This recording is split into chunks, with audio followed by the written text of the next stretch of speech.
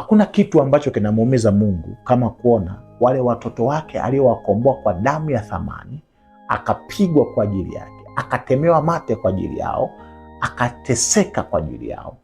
Baada ya kugundua, wakampokea Yesu, akafanyika kwa watoto wa Mungu, raia wa mbinguni, ukuhani wa kifalme, watu wanaomilikiwa na Mungu.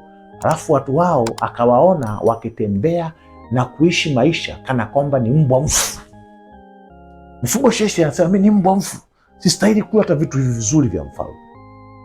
Unastahili. Wewe si mbwa mfu, wewe ni mtoto wa mfalme, mtu wa miliki ya Mungu, ukuhani wa kifalme.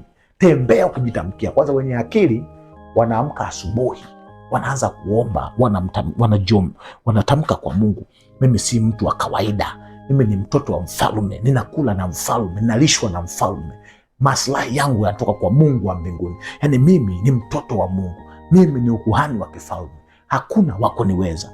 Baba yangu amenikomboa kwa damu ya thamani.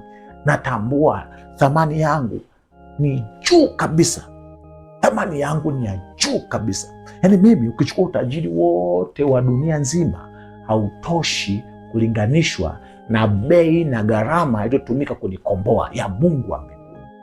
Maneno haya ukiwa unajitamkia yatakaa kwenye akili yako, hata hamasa za dhambi nyingi zitakoma.